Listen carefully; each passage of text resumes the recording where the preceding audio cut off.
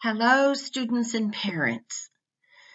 This is a short tutorial, or you might call it a user guide, to refresh your memory about the important parts of the IXL program.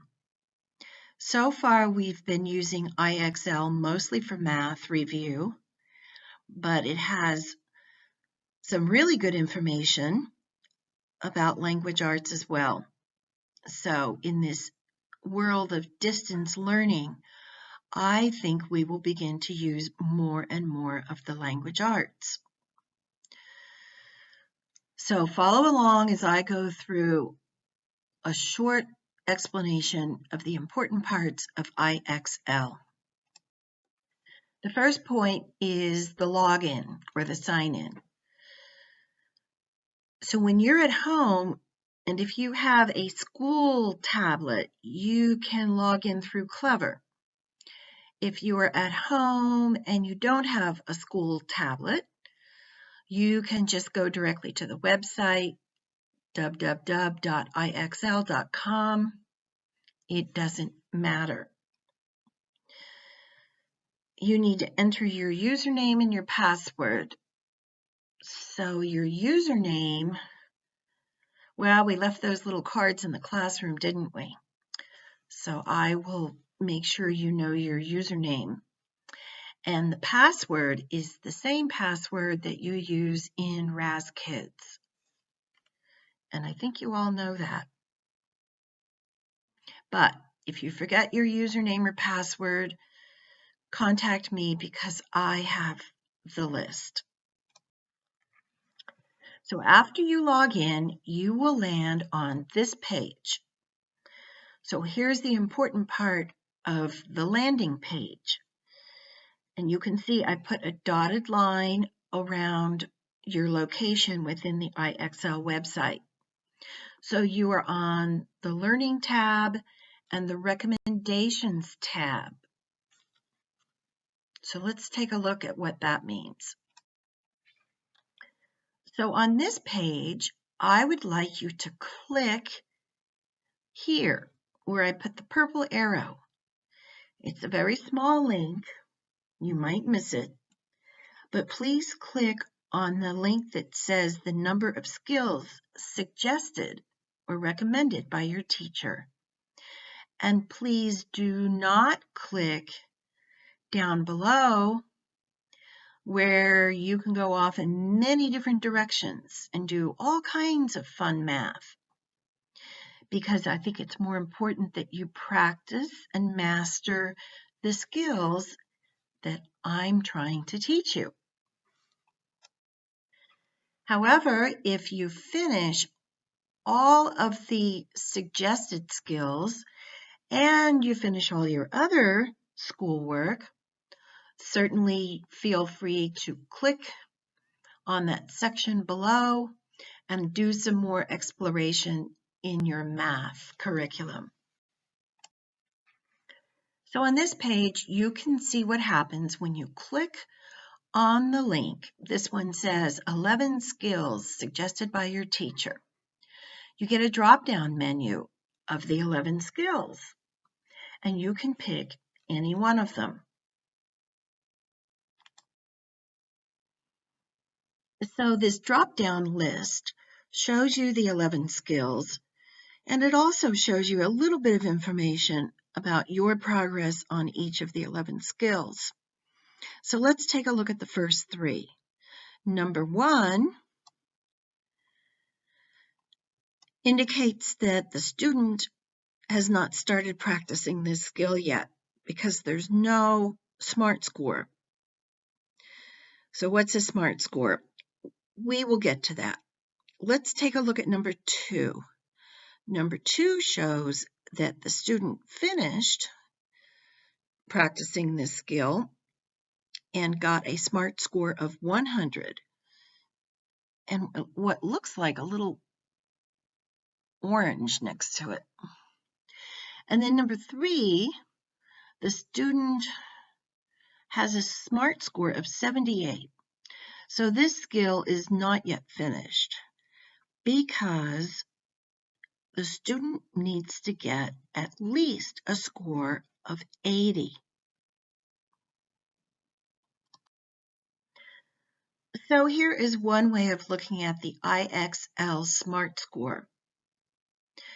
This is a graph. It has mountains in the front and a little figure of a person starting off at 0, a score of 0. And that little person is going to start climbing the mountains. And at some point, that person is going to get a score of 80. When that student gets a score of 80, he or she can move on. But if that student wants to keep working on getting a better score, the questions get harder and they take longer to answer. So you can see how IXL grades the student. A score of 80 means the student is doing a good job. A score of 90 means the student is doing an excellent job. And a score of 100, when you're up there in the challenge zone, that means the student has mastered the content. But remember, all you need to do to move on is get a score of 80 or more. This page gives you a little bit more information about these 3 categories of scores.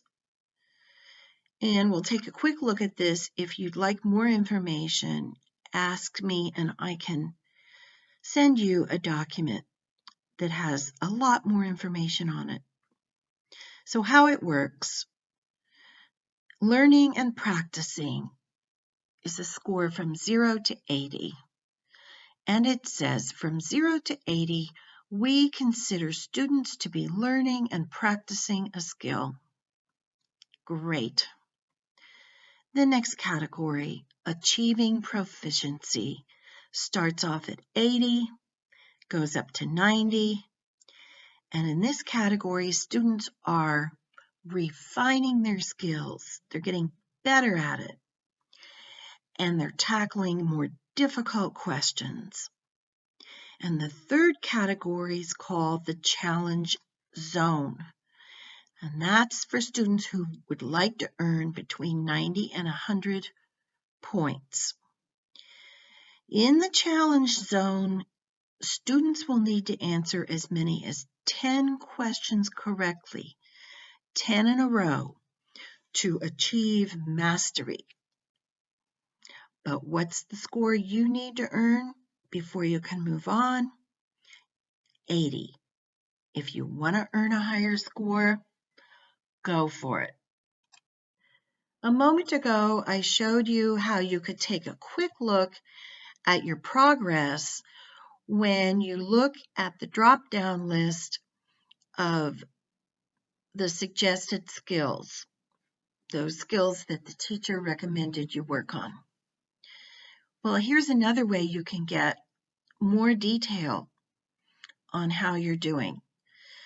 So notice we've left the Learning tab and we're on the tab called Analytics. And then select the tab called Progress. Here's a close-up picture of the Analytics tab and the Progress tab that we selected. You will notice you have choices: the subject, the skill grades, and the date range.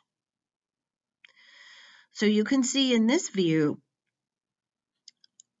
if I were the student and I wanted to know how well I'm doing on first grade math, I would select math for the subject, grades 1 through 1 for the skills, and the date range, I'd probably leave that as the whole school year.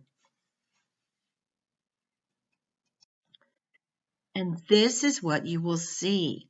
You will see the details of your progress and improvement on first grade math skills for the whole year so far.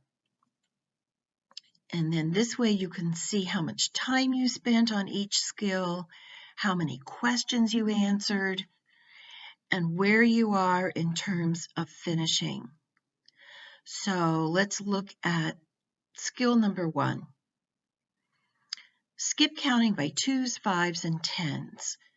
This student has spent 3 minutes on that skill, answered 6 questions, and has a SMART score so far of 26. So you know this student needs to spend more time answering more questions to get that SMART score up to at least 80. And at the very bottom, skill number 4, you can see that this student spent 5 minutes, answered, 24 questions, and has a SMART score of 100. So this student is completely finished and mastered that particular math skill. The IXL program has first grade math and first grade language arts, but it doesn't have first grade science or social studies. It starts science and social studies at grade 2. But I took a look at grade 2 and I discovered that there are some concepts in grade 2 that we have already learned. So I thought we could use IXL grade 2 to cover some of the science and social studies concepts. So I think we'll be okay with that. What I like a lot about the IXL program is that it's pretty easy for the student to jump back to kindergarten instruction if the student needs to refresh their memory of a particular skill, and it's equally easy for a student to jump ahead into second grade math if the student would like to learn more about a particular skill. So once the student has completed their first grade math assignments, if the student wants to move ahead and practice doing some second grade math, that's very easy for the student to do. So it's very flexible. The IXL program is very flexible between the grade levels.